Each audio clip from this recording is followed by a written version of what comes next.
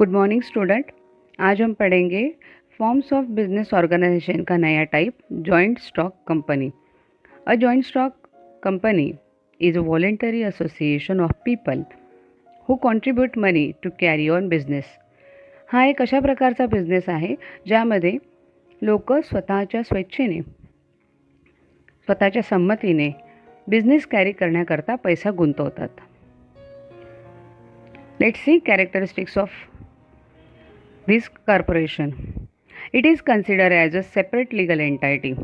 एक स्वतंत्र अस्तित्व याला असतं. It comes into formation after all formalities under the Indian Companies Act 1956 are completed. Company ॲक्टच्या सर्व कायदेनुसार तरतुदीनुसार जॉईंट स्टॉक कंपनीचं इस्टॅब्लिशमेंट पूर्ण होतं. Management and ownership is completely separated. Capital is raised through share which are transferable. Corporation इंडस्ट्रीमधले shares हे transferable असतात आणि या माध्यमातूनच कॅपिटल म्हणजेच भांडवलाची निर्मिती होत असते. Advantages of corporation. Limited liability of the share holder or a promoter. भागधारकांची मर्यादित जबाबदारी असते. Can easily raise capital. भांडवल सहजरित्या उपलब्ध होतं. Have unlimited life. Easy of transfer of ownership. Disadvantages of corporation. Formation is not easy. Excessive government regulation. Subject to corporate tax and dividend tax. Delay in policy decision. Control by a group. Corporation level में formation करना technically बहुत difficult रहता है. Government के बहुत सारे rules end regulations follow करने पड़ते हैं. कॉर्पोरेट टैक्स, डिविडेंड टैक्स का भी बर्डन रहता है.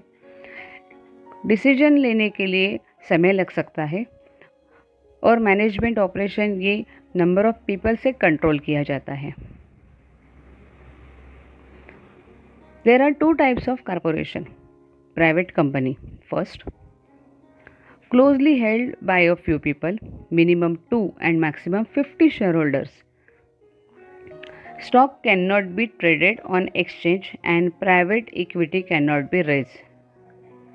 Less regulation as compared to public company.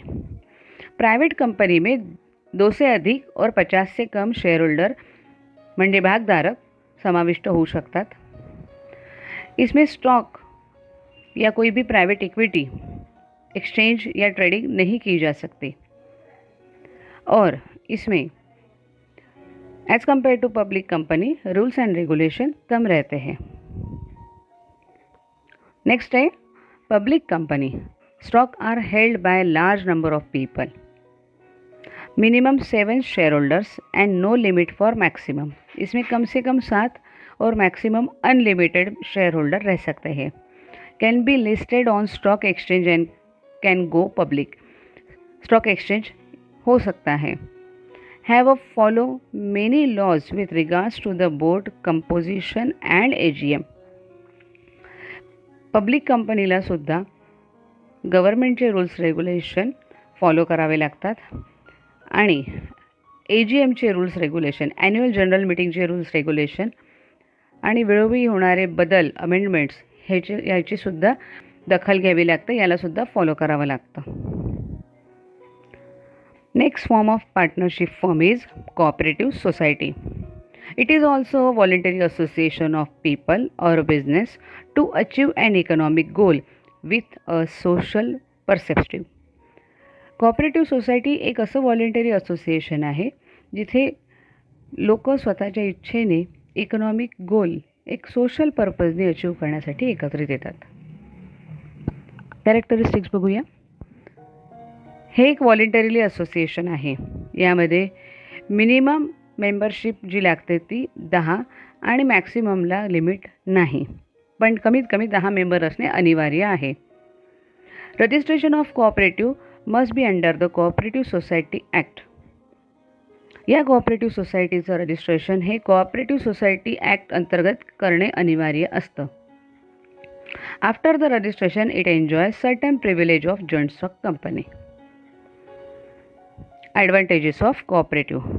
Easy formation, सहजरित्या संस्थापन शक्य आहे. लिमिटेड लायबिलिटी असते, स्टॅबिलिटी असते, democratic management as a base on election base and state assistant. Cooperative सोसायटीचं फॉर्मेशन इझीरित्या होतं, लिमिटेड लायबिलिटी असतं, रिस्क शेअरिंग होत असतं, डेमोक्रॅटिक मॅनेजमेंट आहे कारण व्हॉलंटरी असोसिएशन आहे म्हणून. Disadvantages, possibility of conflict. Of course जहाँ पे नंबर ऑफ पीपल रहते हैं वहाँ पे कन्फ्लिक्ट होना बहुत स्वाभाविक है. Long decision making process, delay होतात. मोठ्या ऑर्गनायझेशनला नंबर ऑफ पीपल मेंबर सभासद असल्यामुळे डिसिजन घेण्याला डिले असतं. No enough capital, capital raise करणंही कठीण असतं आणि खूप जास्त प्रमाणात कॅपिटल राहत नाही. हे होते कोऑपरेटिव्ह सोसायटीचे ॲडव्हान्टेजेस अँड डिसॲडव्हान्टेजेस. आणि त्याच्या आधी आपण बघितलं जॉईंट स्टॉक कंपनी. थँक्यू.